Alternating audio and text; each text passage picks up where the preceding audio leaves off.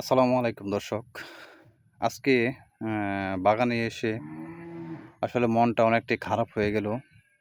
তো ইদানিং শেয়ালের উপদ্রব এতটাই বেড়ে গেছে যে এখানে অনেকগুলা ফল আসলে নষ্ট করে ফেলে। অনেক সময় দেখা যায় যে চারা নষ্ট করে ফেলে। আসলে এরা কিভাবে এগুলা করে আসলে বুঝতে পারতেছি না। আর এইগুলা থেকে আসলে কিভাবে নিয়ন্ত্রণ করব তাও বুঝতে পারতেছি না। চতুর্দিক দিয়ে আসলে নেট বাউন্ডারি দেওয়া, তারপর ওই নেট ছিঁড়ে প্রজেক্টের ভিতরে ঢুইকা যখন খাবার না পায় তখন দেখা যায় যে এই ধরনের কাজ করে। তো আজকে বাগানে এসে যেটা দেখলাম, তো সর্বপ্রথম চোখে পড়ল যে এই প্যাকেটগুলা দেখতে পাচ্ছেন, যে এই প্যাকেটগুলা এরকমভাবে ছেঁড়া। তারপর দেখতে পাচ্ছেন যে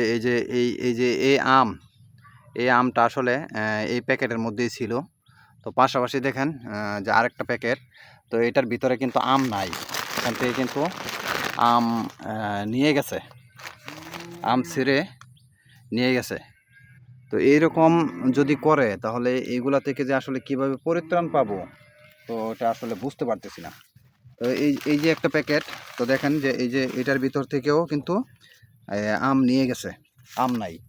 তো এই পাশাপাশি দেখেন এইখানে দেখতে পেলাম যে এখানে আম, এই যে প্যাকেট, এই যে আম পড়ে আছে,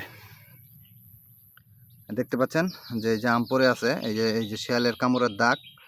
এই যে এখানে আসলে শিয়ালে কামড়ে এটা ছিঁড়ে এখানে নিয়ে আসছে, এই যে দেখেন। তার পাশাপাশি দেখতে পাচ্ছেন যে বাগানে এই যে ছিঁড়ে পড়ে রয়েছে আসলে প্যাকেটগুলা, এই যে দেখেন। এই যে এই প্যাকেটটা আসলে এই যেভাবে ছিঁড়ছে, এই যে দেখেন ভিতরে আম। তো এই প্যাকেটটার আম আসলে নাই। এই যে এটাও কিন্তু ছিঁড়ে নিয়ে গেছে, এই যে এটার ভিতরে আম নাই। এই যে দেখেন, এইদিকে দেখেন, এই যে কাঁচা আমগুলা এই যে এভাবে ছিঁড়ে ফেলে রাখছে। এই যে দেখেন, এই যে দেখেন পাশে, এই দেখেন কত দূরে। এই যে, তো এইরকম যদি আসলে করে, তো এই যে দেখেন আরো পাশাপাশি এই যে দেখাই, এই যে দেখেন, কত প্যাকেট এই যে এখানে পড়ে রয়েছে।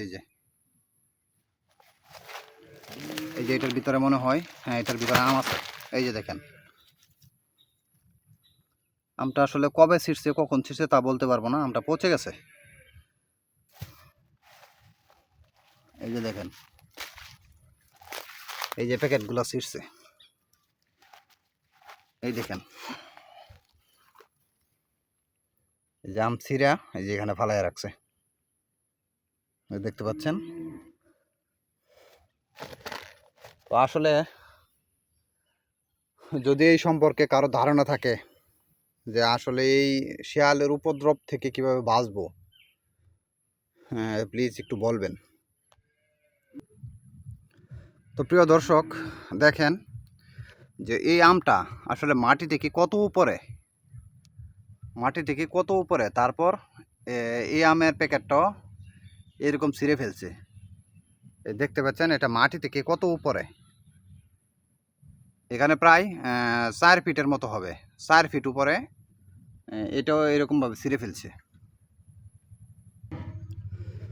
তো প্রিয় দর্শক, আপনাদেরকে আরেকটা জিনিস দেখাই। আম না হয় বললাম যে এটা খাবার জিনিস, সেই জন্য সেটা সে খেতে চায় এবং কি নষ্ট করে ফেলে, কিন্তু এই চারা, যে চারাটা দেখতে পাচ্ছেন, এটা আসলে কিসের জন্য সে এই যে এখানে দেখেন নার্সারি থেকে উঠিয়ে নিয়ে আসছে।